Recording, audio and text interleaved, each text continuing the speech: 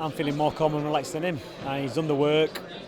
He's had the team behind him, his dietitian, Sheffield Hallam University, Alan Ruddock, Danny Wilson, Dave Embra, me doing the boxing side of things, his dad, looking after the sponsorship side, Eddie and doing the promotion. It's everything's fell into place, and today everybody's turned out.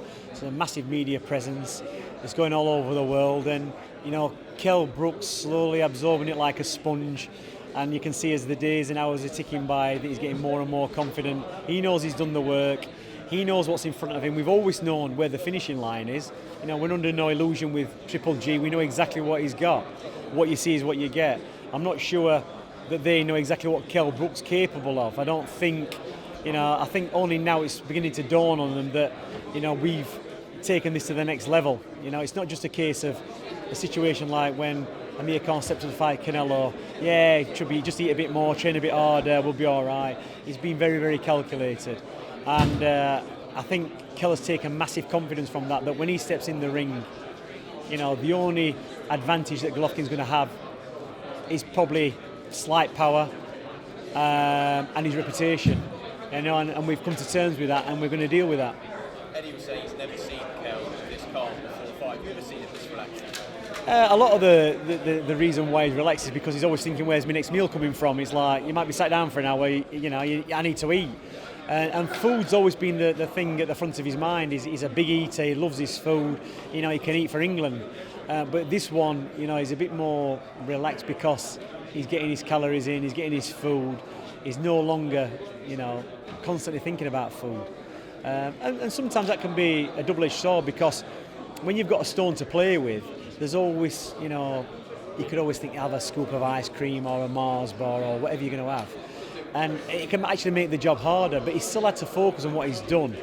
But it's been planned in such a way that he's never got to that point where he was before trying to make welterweight. Always, all thoughts, about consuming food.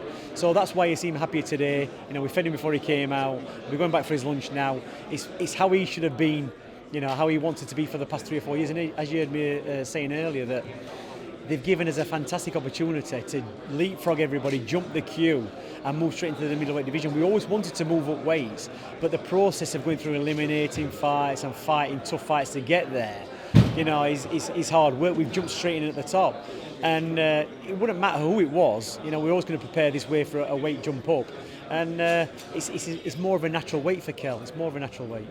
And in terms of the fight itself, Abel Sanchez was saying he feels it's more of a chess match in terms of skill, rather than a lot of the press is talking about the power of Golovkin and the big punching. Do you feel it's the same as what Sanchez saying? This is going to be about boxing skill, not necessarily about the big punches at Triple G? I mean, maybe that's what his plan is. Both fighters are in a situation now where they're at a level where they can think on their feet in a fight. Some fighters have to go into a fight with a game plan, and once it's not going to that game plan, they can't change the plan. Kell Brook can change the plan, Golovkin can change the plan. It might be a chess match, but sometimes when chess matches aren't going to the way that the fighters want it, that Golovkin might revert to type and start trying to use power to force his way through. But yeah, he's a clever fighter.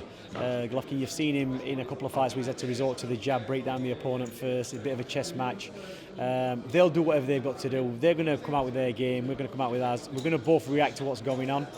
And work it from there, So Abel Sanchez knows what he's talking about. Hopefully I know what I'm talking about, and both fighters know what they got to do when they get in the ring. And a final one on what this would do for Kell as a sportsman. It's been a phenomenal year for British sport. We've seen success in the Olympics, but Eddie talking about he'd be the best pound fighter in boxing. What would this do for Kell Brook if he won this fight? If he won this fight, they should give him an OBE. He should be the sporting personality of the year. It's better, if not better, than Tyson Fury beating Klitschko. Nobody gave Tyson a chance in that fight. It was like, nice, foregone conclusion. And it's very much the same with this fight. But I think Kell Brook is going to win this fight. I think he's going to supersede everybody else, and every other sporting achievements this year. And he's going to be the number one sports person, in Britain, maybe in Europe, maybe worldwide, in my opinion.